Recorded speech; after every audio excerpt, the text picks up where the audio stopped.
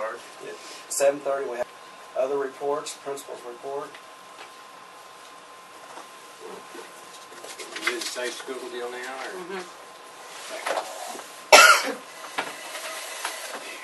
We had a little discussion since some of the shootings, the things that we might need to try to look at here. And we wrote some of these down, and some we do religiously, and some that we probably need to work on. One thing we have here is lock of classroom doors, and I think our teachers usually do that.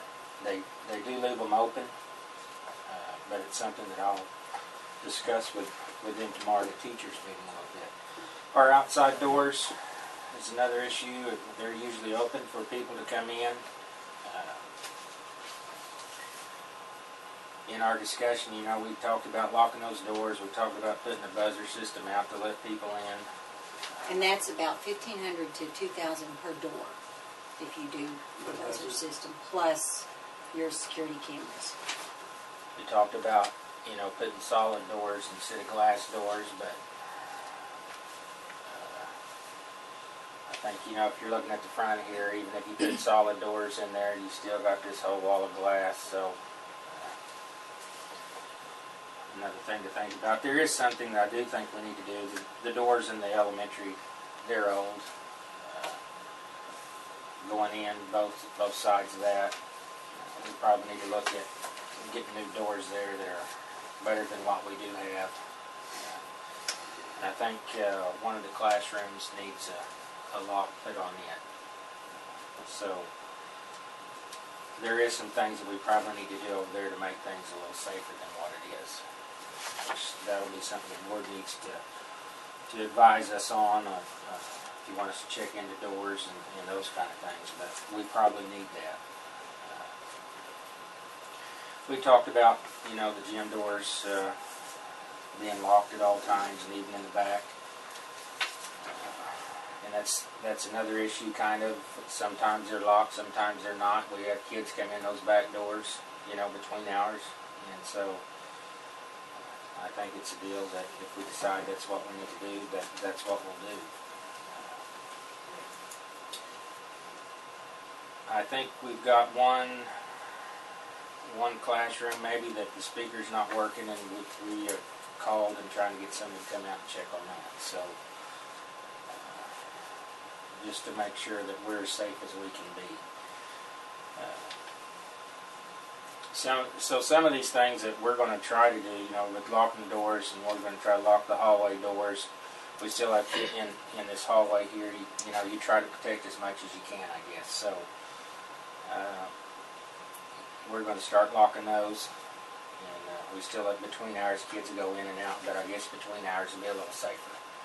So we're going to take some precautions there. We'll make sure that the doors are locked, whether they're open or not. If something does happen, we can pull those doors closed. I personally like to be able to walk in a classroom and have easy access to it as an administrator. But it might be something I need to rethink a little bit. But if we can make it as safe as possible, you know, if there was something that did happen, they could close the doors if it was already locked. Just so you know, we're going to do a lockdown tomorrow in the afternoon, and we do these twice a year. It's been a few years since we've evacuated, and that'll be part of the teachers' meeting in the morning. They're telling the teachers that we are going to evacuate, and tell your kids that this is just an exercise once again, just like we do the tornado drills and the fire drills. And they've been involved in the lockdowns before, but it's been a few years since we've evacuated. Clint, did you have anything? No, it's just... Okay, my turn. I'll start with talking about the financial. It's pretty big news this time of year for the midterm adjustment for schools. And just so you know, the way we are, because we have so much local funds, which is called chargeables, we don't get very much state aid.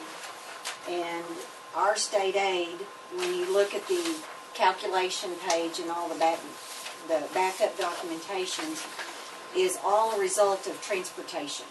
And that's really the only thing we get any funds from the state for, is what we get for transportation. We have our weighted ADM, and it has gone up, but what we got even for transportation went down at $1,122. So we're going to get money for transportation. It's not in the formula. We get some money for textbooks, and they haven't adjusted that. But our midterm adjustment, if you want to call, when you're talking here, other schools, they may have a variance of a couple of $100,000, and ours is $1,100, and it's all what we get to, like I said, to transportation. We don't actually get any aid for our student enrollment. That didn't, we just don't get it. So I gave you a spreadsheet that looks like this, and I summarized from you can find these numbers in your treasurer's report, but up at the top part, that's the chargeable money, the main ones. It's not everything, but it's the main ones.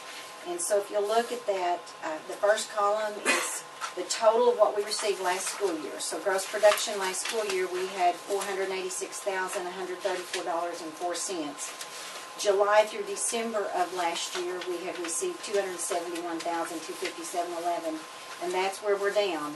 Is we've received $152,450.42. Now we had a pretty good check this month in January. Gross production was better. It was up about $8,000 this month. So, when I do your January at the February board meeting, it'll be a little bit better. But you can go through and see we're ahead on motor vehicle, $3,500. We're behind still some on the REA tax. Land earnings is behind, but county 4 mil is up. And then down at the bottom, our ad valorem is up as far as receipts. And we don't know if that's due to more people paying their taxes, full taxes in December. We do know our ad valorem went up, and we're going to see an increase from that. And the assessor told me in December that we were going to get $37,000 in unclaimed ad valorem, and that's what the visual leasing finds for us. So it's not in the estimate, so that'll be coming in December and January. So where we are is we're still pretty much on track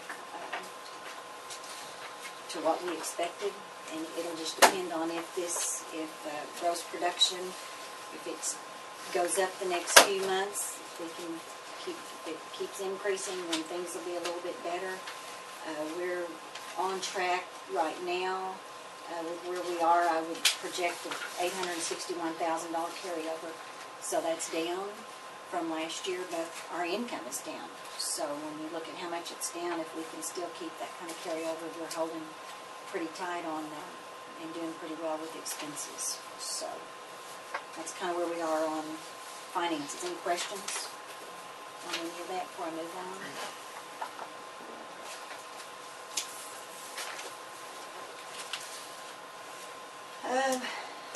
We did a cafeteria survey before Christmas to see where we were with the food like we had done last year, and with the changes in the requirements and some of the things that kids, Mrs. Holt's class did the summary for us. They didn't do charts. The timing wasn't where they could do that, but they gave me some things. So the top choices for the whole school, and she had results by grades, and it's just as you would expect. What first grade likes, high school doesn't. I mean, it's just a fact of life. High school kids want hamburgers and pizza, and I'm not saying elementary kids don't, but they love fish sticks and the steak fingers and things like that. They requested their top 3 fruit choices were strawberries, grapes, and peaches, pears, and applesauce. And we have a hard time getting those things. And the reason we don't have trouble getting apples and oranges from people who will deliver, but our quantities don't meet some of the food services, they won't deliver to us because there's 3 or 4 food service people, and if you try to divide up and order from all 4, you don't order enough, and they won't deliver. It costs too much to deliver. So we're down to 2 that we try to use, but they don't have grapes and strawberries. And even though they're pushing fresh fruit and we sign up for it through our commodities, we haven't been able to get any of that yet. So all we do, and what we do is we're requesting, and if they have it, they're going to get it. But we just haven't had very good luck with getting that delivered to us. So it's not that we aren't trying to do more of things like strawberries and grapes. We do lots of pineapple. We do mixed fruit cocktail. They'll have orange slices, apple slices, and they'll serve the applesauce. She's also been checking the menus from area schools to look and see what kind of food items they have in case it's something new. She's introduced some new things, a tater tot casserole that was very popular and the kids liked. Their least favorite were ham and beans and meatloaf and mixed vegetables, but that's one of the things that, you know, we end up serving just because even though they don't like it, if she has green beans 2 days in a week, they think she's serving them leftovers because she's done green beans twice. So it's one of those things, it's just, you've got 200 and some odd kids that eat. They don't all eat, and it's hard to make everybody happy. They like mashed potatoes and corn and green beans, and ideas for things not served was like grilled cheese and tomato soup, and they've had those a couple of times.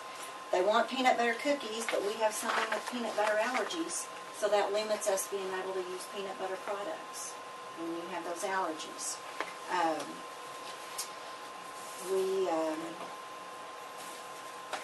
She said some of the names of things, it's, you know, chicken fried steak or steak fingers, it's all in the size, but it's basically, you know, the same kind of thing when you get it. Probably where there's some, part of where we have some issues is the salad bar.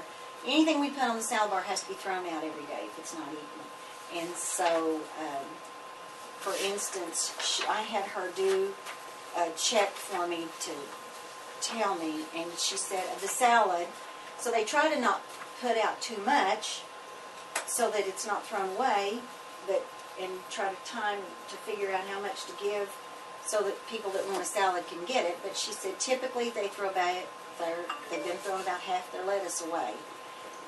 They'll eat cottage cheese and pickled okra and black olives, but they're not eating tomatoes good, or cucumbers or onions, or the carrots or the broccoli. If we can get some fruit, and they're trying to make some salads. But the other thing we have to keep in mind too is to meet the guidelines, anything she puts on the salad bar has to be calculated in the calorie totals. And so it's okay if it's just the fresh fruits and vegetables, but if she makes a pasta salad, which she's done a few times, if she puts out ranch dressing, if she puts out ketchup, she has to calculate that in the calorie totals and turn that in. So it has become a much more difficult job to meet the guidelines that the state and the federal government gives us, and trying to make our students and parents and teachers, you know, happy. So we're still looking at new things we can do. They're trying to try some new things. Like I said, she's looking at other schools, their menus, to get ideas. And as we talked to other schools, we're all pretty much in the same boat. They wanted roast, and she priced roast, and it's going to cost $600 for one day.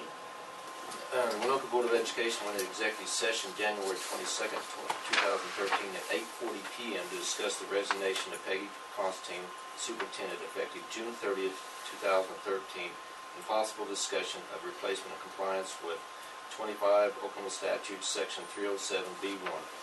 During the executive session, the board discussed these items and no other items. The board returned to open session at 9:12 p.m. The members present during the executive session were Ferguson, George, Zook, Miller, and Olson. The matter considered was to discuss the resignation of Peggy Constantine, superintendent, effective June 30th, 2013, and possible discussion of replacement compliance with 25 OS Section 307B1.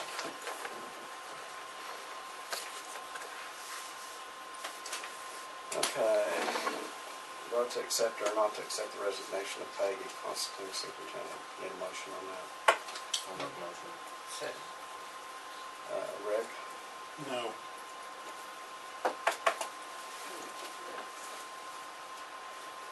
Clint, you're up. Yes. Yes. I'm gonna abstain. Yes. Do I need to sign this? No, just the time that was up. Discussion and possible action on the Waynoka Board of Education policy, section G.